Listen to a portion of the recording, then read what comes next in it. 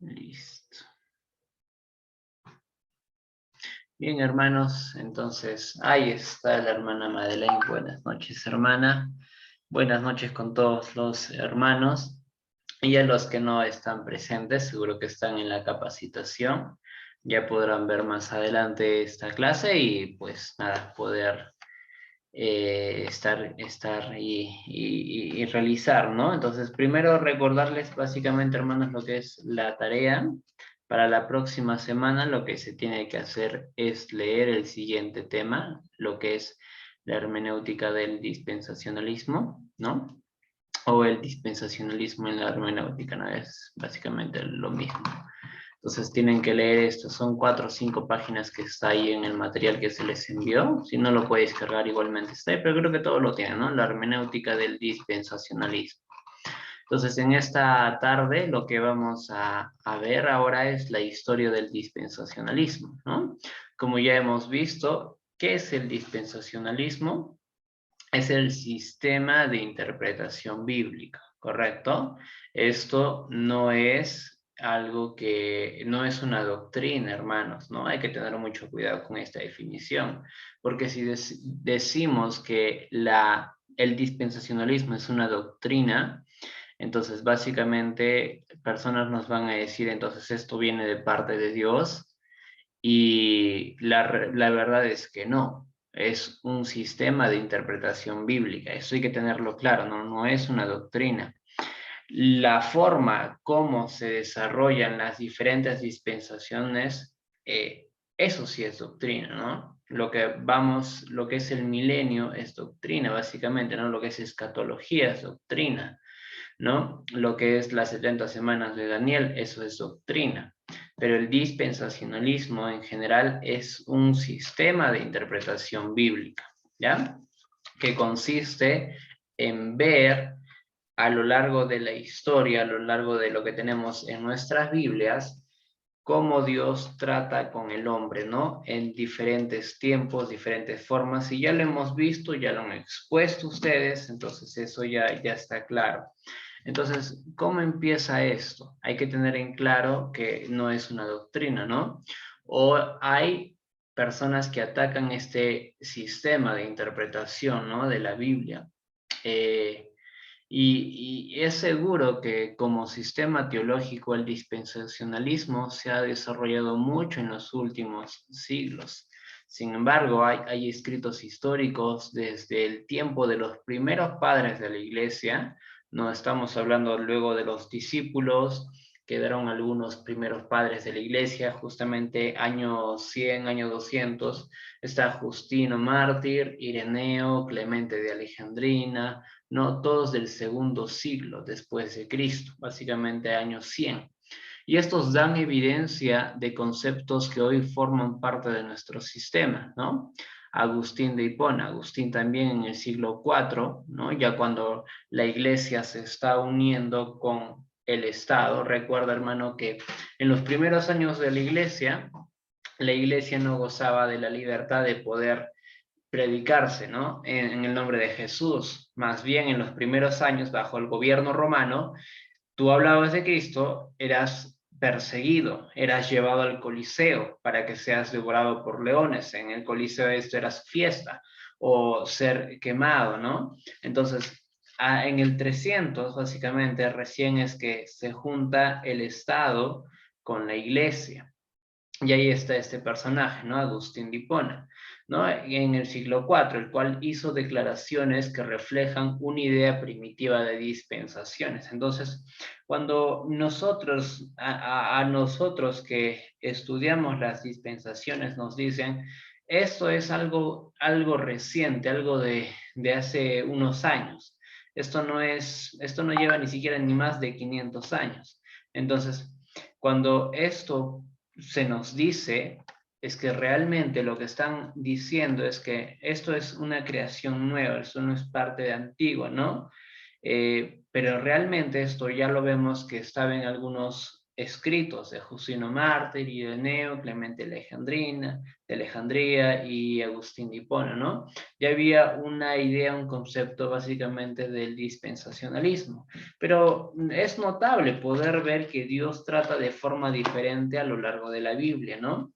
Entonces, eh, en el continente europeo, en el siglo XVII, o sea, año 1600, un francés de nombre Pierre Poiret publicó una teología sistemática de 6 tomos sobre la economía divina, o quizás como se traduce la administración divina, ¿no? Ya había estos términos.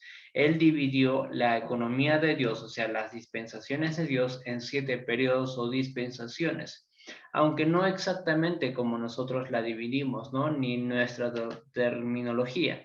No es inocencia, conciencia, gobierno humano, sino que ya hubo desde estos años eh, este tipo de poder querer dividir la Biblia y decir, pues acá hay un periodo diferente, acá hay un periodo diferente, ¿no?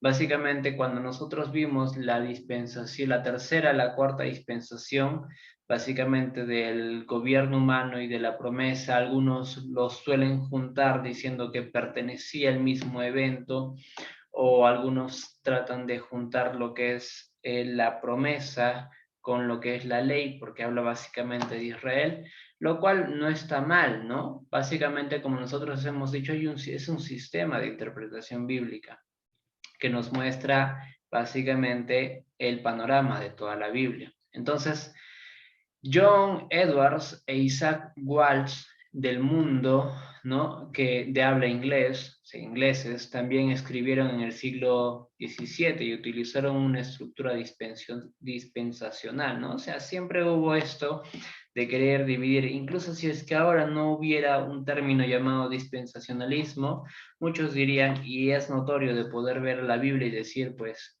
es notable que Dios habla y se manifiesta y hay una diferente responsabilidad, ¿no? En diferentes tiempos.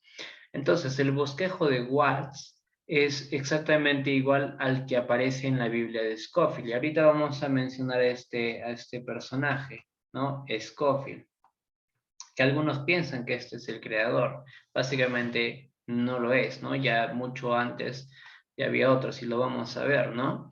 Entonces, con la diferencia de que, por ejemplo, hablamos de Watts, este inglés, que ya tenía básicamente esta misma división, ¿no? Sino que básicamente él no consideró el milenio como una dispensación, él solamente habló hasta Cristo, ¿no? Entonces, aunque no hay un fundador del concepto de dividir las administraciones de Dios, sin duda el líder en popularizar y sistematizar el dispensacionalismo como lo conocemos hoy ha sido John Nelson Darby, ¿no? Del siglo XVII, de 1800 a 1882. Él nació en Inglaterra y fue educado en Irlanda. Fue ordenado en la iglesia anglicana, pero se desilusionó temprano por la falta de separación entre la iglesia y el Estado, ¿no? Los anglicanos tenían esta unión, ¿no? Estado-iglesia. Él se juntó con un grupo de personas buscando una vida más espiritual y más dedicada al estudio bíblico. Entonces, más adelante, Darby, este hombre, encontró en comunión con un grupo de creyentes llamados los hermanos de Plymouth, por estar radicados en Plymouth, básicamente este lugar de Inglaterra. Hoy conocemos a este grupo como los Hermanos Libres, ¿no? Este movimiento se esparció por Europa, por Estados Unidos, propagando el dispensacionalismo, ¿no? Recuerda este nombre, hermano. John Nelson Darby, ¿sí? John Nelson Darby, que él fue el que prácticamente popularizó este sistema, ¿no? Entonces, este movimiento se esparció por Europa, Estados Unidos, y Scofield, que confeccionó las notas de nuestra Biblia, básicamente de nosotros estudiamos el dispensacionalismo, pertenecía a este grupo, ¿no? De los hermanos libres. Los hermanos libres de hoy se caracterizan por ser estudiosos de la Biblia y por ser dispensacionalistas. Aunque el movimiento de los hermanos libres ha sido mucho el método que estamos estudiando, no lo inició ni son los únicos en desarrollarlo. Un pastor francés, ¿no? Llamado Émile Coeur, él escribió al mismo tiempo que Darby, promocionó una escatología y una eclesiología similares a la de él, ¿no? Se comunicaron y a lo menos una vez se juntaron. Parece que los dos tenían mucha influencia en los líderes del movimiento dispensacionalista en América. Entonces declaró haber aceptado el premilenialismo al leer los estudios de Geertz, y también vamos a ver estos términos, ¿no? Lo que es el premilenialismo, el amilenialismo y el postmilenialismo, ¿no? Que básicamente son posturas diferentes de hermanos que dicen que el milenio es antes, el milenio ya está siendo, el milenio será después, ¿no? Entonces, hubo más movimientos en América que contribuyeron al progreso, al desarrollo, que esparcieron lo que es este sistema de interpretación, el dispensacionalismo, ¿no? Entonces, desde los primeros años de la Iglesia siempre hubo ese interés, pero ya en el siglo XVII hubo como que su auge, ¿no? Como que empezó a crecer por John Nelson Darby y los Hermanos Libres, ¿no? Entonces, la razón por la cual el dispensacionalismo se desarrolló más en los últimos siglos es que llegó básicamente durante la historia de la Iglesia. Las diferentes doctrinas han tenido sus épocas de ser discutidas y desarrolladas. Entonces, partiendo desde los primeros años, siempre ha habido partes en la historia de la iglesia, y si tú estudias, hermano, historia de la iglesia, te darás cuenta que en diferentes partes de la historia de la iglesia siempre ha habido como que algo a tela de discusión, ¿no?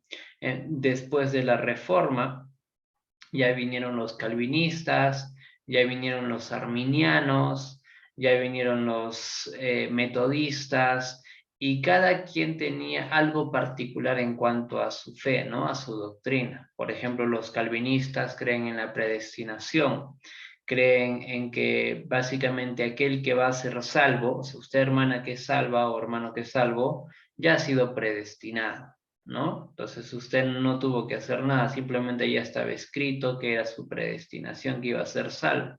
Entonces básicamente ya habían siempre en cada periodo de la iglesia, y este era el periodo que hablaba del dispensacionalismo, ¿no? Entonces, las tres distinciones del dispensacionalismo que vimos también con Rairi, ¿no? Hablando acerca básicamente de la profecía, ya que es donde muchos se desaniman del dispensacionalismo, ¿no? Y atacan al dispensacionalismo sobre todo en la forma de interpretar lo que es la escatología. Entonces, a los dispensacionalistas se nos acusa de traducir la Biblia de forma literal, o interpretarla, perdón, de forma literal. Entonces, cuando repasamos a Daniel, por ejemplo, Daniel capítulo 9, ¿no? Repasando lo que son las 70 semanas, pero en Daniel 12 dice, pero Daniel fue mandado, dice, pero Daniel cierra las palabras y sella el libro hasta el fin, hasta el tiempo del fin. Muchos correrán de aquí para allá y la ciencia se aumentará, ¿no? Es de esperar que cuando se acerque al fin se va a entender con más claridad las profecías, ¿no? El estudio de la Biblia en comparación con las noticias corrientes nos indica que estamos acercándonos al fin. Podemos notar la influencia divina en el abrir del entendimiento del pueblo de Dios a los acontecimientos profetizados para el fin. Siempre debemos tomar en cuenta que la acusación de la novedad de parte de los oponentes del dispensacionalismo no es prueba de nada. La teología del pacto, ¿no? Era una novedad en el tiempo de la Reforma, pero no se la acusa de ser equivocada, ¿no?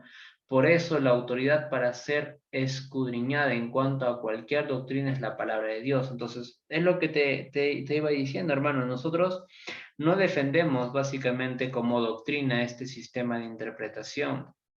Defendemos como doctrina lo que está en la palabra de Dios, ¿no?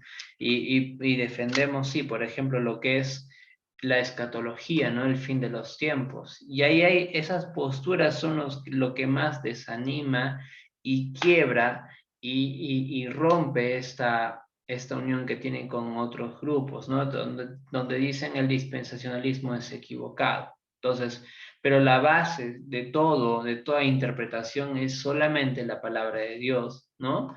Solamente la aceptamos si es que está allí. Y nosotros hemos repasado, o sea, al dividir la Biblia en diferentes dispensaciones, lo que hemos hecho básicamente ha sido ver la Biblia desde un panorama amplio, ¿no? Ver cómo Dios trata en cada periodo de tiempo, da una responsabilidad al hombre para que éste pueda cumplirla.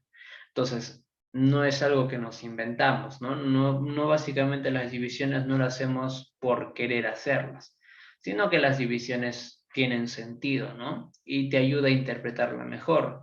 A modo de testimonio, para mí es de gran ayuda poder entender el dispensacionalismo porque me ayuda a entender los textos, los tiempos y más adelante lo que es el propósito, ¿no? Por ejemplo, si estoy leyendo lo que son el libro de Mateo, Marcos, sé que estos evangelios ya estaban en un periodo donde Cristo ya vino y Cristo básicamente tiene de personaje principal a toda la iglesia, ¿no? La iglesia es la responsable de hacer esto. Entonces, si yo leo, por ejemplo, lo que es Éxodo, Levítico, donde hay muchas leyes y mandamientos, entonces yo, si trato de cumplir estos mandamientos, me estaría poniendo la soga al cuello porque no voy a poder hacerlo. Entonces, yo los interpreto que fueron en un periodo donde Dios estaba hablando y trabajando básicamente con el judíos, ¿no? Entonces, en ese entonces. Entonces, sin lugar a duda, el medio que ha esparcido más este método de interpretación, primero hemos visto que esto fue por John Nelson Darby, ¿no? En el siglo XVII, pero quizás algo que también fue que lo hizo más popular ha sido la Biblia de estudio de Scofield, ¿no? Que se publicó en 1909. Básicamente él no la publicó. Scofield solamente empezó a tomar apuntes de lo que él entendía e interpretaba y más adelante seguidores y hombres de este hombre Scofield fueron los que publicaron porque él vivió y básicamente y estos hicieron la publicación, ¿no? Esta herramienta ha fomentado el estudio serio de la Biblia para una multitud de creyentes. Entonces, una vez que esto vino, muchas personas empezaron a querer estudiar más profundamente la Biblia, ¿no? También las notas siempre se han distinguido por la explicación dispensacional, ¿no? La revisión, por ejemplo, en 1967 por Schiller English, ¿no? También un hermano libre siguió el mismo sistema, pero lo refinó según estudios más avanzados. Entonces, este hombre, Scofield, tuvo notas en su Biblia, es como que tuvieras tu Biblia, hermano, sin ningún apunte, nada, y él empezó a tomar apuntes y notas y darse cuenta que sí, Dios trabajaba de una forma diferente, y para él le pareció bastante útil poder dividirla en estas dispensaciones, ¿no? Lo cual nos resulta útil también a nosotros. El seminario de Dallas, Theological Seminary, fundado en 1924 para preparar expositores de la palabra de Dios, declaró una teología dispensacional y premilenial, ¿no? El fundador del seminario es Lewis Sperry Chafer, profundizó el dispensacionalismo en su famosa teología sistemática, ¿no? Entonces Chafer y el seminario mantuvieron los dos esenciales del sistema que son la distinción entre Israel y la Iglesia y la hermenéutica gramático-histórica. Y estos son pilares del dispensacionalismo, hermano. Si alguien te pregunta de repente y conoces hermanos y te dicen, ¿por qué tú crees en un dispensacionalismo? Y tú puedes decir básicamente estas dos cosas, ¿no? Número uno, hay una distinción muy clara entre Israel y la iglesia. Dios trata de formas diferentes con Israel y con la iglesia. No es lo mismo, ¿no? Y eso ya lo hemos visto. Y lo segundo es la hermenéutica. La hermenéutica te da principios para interpretar la Biblia correctamente, ¿no? Esa es la hermenéutica. Tú estudiaste seguramente hermenéutica y allí te encontrarás que hay principios de interpretación bíblica. Y dentro de estos principios, ahí está, puede estar este sistema de interpretación que son las dispensaciones. Entonces, la hermenéutica, y lo vamos a ver también esto la próxima semana, gramática o histórico, ¿no? Básicamente que interpretamos la Biblia de forma literal, no alegórica, ¿no? Entonces vamos y estudiamos la Biblia de forma literal histórica, ¿no? Es nuestra forma de interpretar la Biblia y es totalmente correcta. Y básicamente ahí está el problema, ¿no? Ahí está el problema, porque muchos piensan que cuando habla de Israel en algunos pasajes solamente, o cuando habla de las naciones o Israel, ahí solamente se refiere a todos en general, no solamente a Israel, o cuando hablamos de interpretación de pasajes, no son tan literales, sino que estos se pueden alegorizar para ampliar más a todo el mundo. Entonces, y eso ya lo vamos a hablar también más adelante, porque hay un capítulo que nos habla acerca de esto, ¿no? Entonces, Charles Riley, ¿no? En 1965, para mantener las esenciales del dispensacionalismo, ¿no? En peligro de ser cambiado, destruido, él hace una traducción al castellano, ¿no? De estas mismas, porque hasta ese entonces solo todo era en inglés. Entonces, y él dice que como somos separatistas en el campamento de los bautistas independientes, debemos tratar la acusación de divisionismo de parte de nuestros opositores. Ya hemos notado que sus estudios de la Biblia motivaron a Darby y a Gere a salir de las iglesias establecidas para formar grupos independientes con el propósito de comunión y estudio bíblico. Todo movimiento dispensacionalista es acusado de ser faccioso, o sea, divisionista. Eso no es verdad, realmente. Las escrituras condenan como carnales las divisiones basadas en hombres fundadores, ¿no? Entonces, esos son las sectas y algunos movimientos separatistas. Pero la misma epístola de Pablo enseña que es necesario señalar a los aprobados por medio de disensiones, ¿no? Primera de Corintios 11:19 también nos menciona esto, y lo vamos a buscar, hermanos, si alguien me ayuda leyendo Primera de Corintios 11:19. No se me duerme, hermano, por favor, no se me duerma. Primera de Corintios 11:19. Si alguien lo puede leer.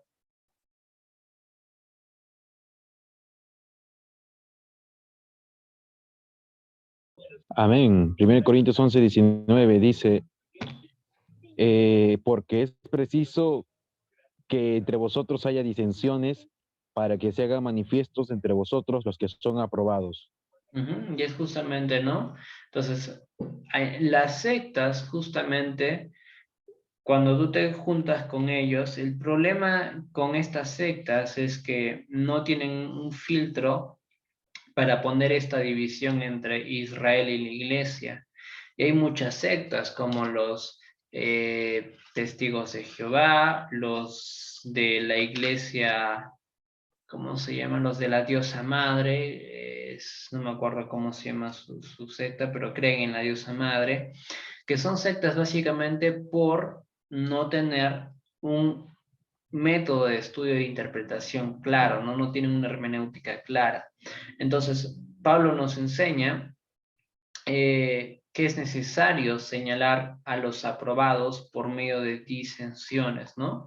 Por medio que básicamente van a haber acusaciones, ¿no? Pero básicamente tú tienes que saber pararte firme, ¿no? Uno puede justamente separarse de un grupo que ha desviado de la verdad de Dios, ¿no? Entonces, nosotros básicamente, si vemos que algo no está correcto, básicamente vamos a decir, muy bien, si por ejemplo en la iglesia viene el pastor y dice, hermanos, vamos a hablar lenguas, te vas a sorprender y dices, lenguas, eso es raro, está bien.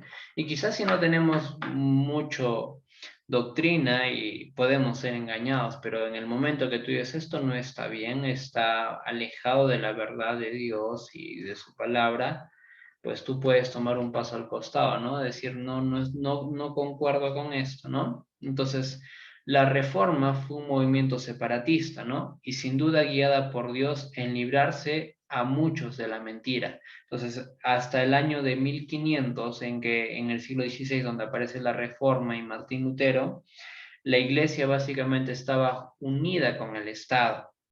Y Lutero lanza sus 95 tesis, donde básicamente defiende que la fe no es por obras, la salvación no es por obras, es por fe, ¿no? Por medio de la fe. Entonces, y la Reforma fue un movimiento separatista, ¿no? Hubo ahí una disensión, pero esto ayudó para que cristianos o personas que sientan amor y pasión por Dios se alejen, ¿no? Liberarse de la mentira. Entonces, el dispensacionalismo promueve el estudio de la palabra de Dios, y si el faro de la verdad da discernimiento, ¿no? Para separarse del error, no es algo que se pueda desaprobar.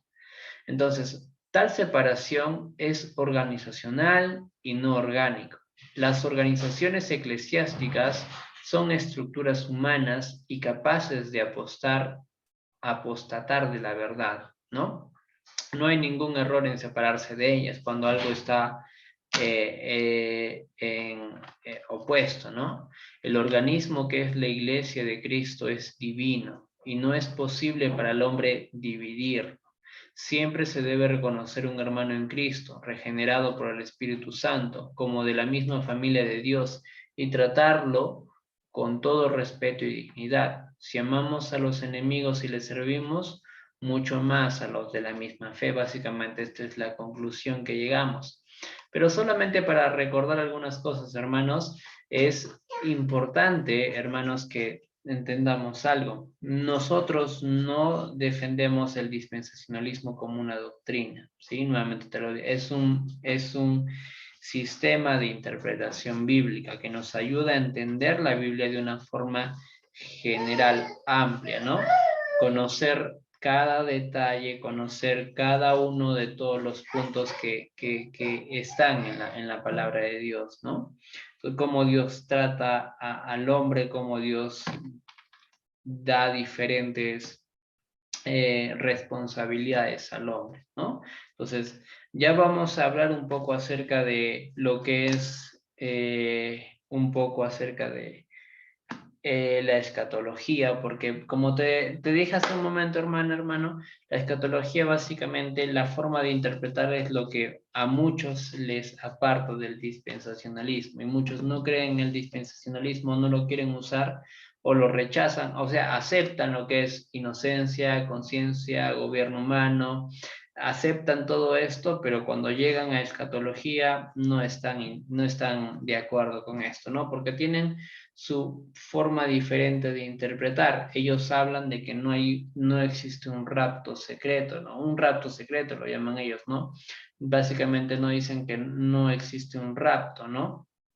Y entonces ya vamos a hablar acerca de estos tres puntos, ¿no? Del milenio, los amilenialistas, los premilenialistas y los postmileniaristas, ¿no? Entonces vamos a hablar un poco también acerca de esto, y si puedes adelantarte y leer todo lo que corresponde más adelante a lo que está allí en el curso, te darás cuenta que ya hay también ese punto allí. Entonces, hermanos, básicamente eso es un poquito de la historia, ¿no? Solo repasando algunos puntos. Desde los primeros padres de la iglesia ya siempre hubo un interés en querer desarrollar de forma ordenada lo que es un panorama de toda la Biblia. Más adelante, John Nelson Darby empieza a profundizar un poco más en estas divisiones, ¿no? En este dispensacionalismo. Y más adelante, ya con la Biblia de estudio de Scofield, prácticamente esto llegó a la cima, ¿no? Entonces no empezó hace unos cuantos años, empezó siempre hubo.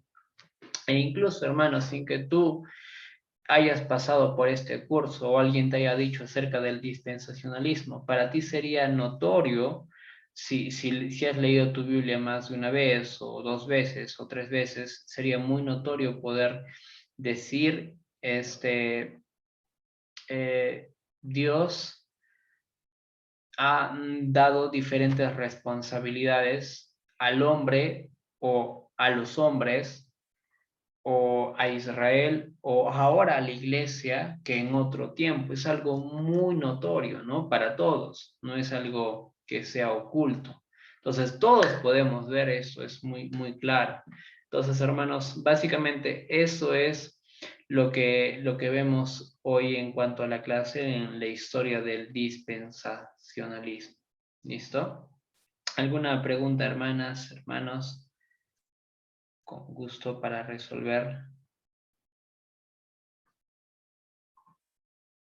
Básicamente es solo teoría el día de hoy, ¿no? Básicamente un poquito de historia. Y no podríamos decir, no es como la historia, por ejemplo, del Perú, ¿no? Que sabemos cuándo se fundó, sabemos exactamente, no, porque, como te digo, es un sistema de interpretación bíblica que siempre estuvo presente, ¿no? Y la Biblia misma te da evidencia de eso.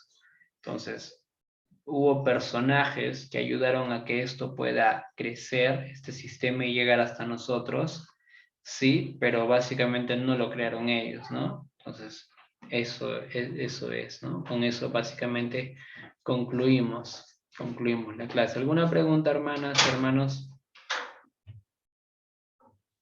Nada, ¿está bien? O se me han dormido, hermanos. ¿Están despiertas? ¿Despiertos? Sí. Ah, perfecto. Pues los veo. Entonces, no, hermanos, eso en cuanto a la clase, para que no sea muy pesado el video.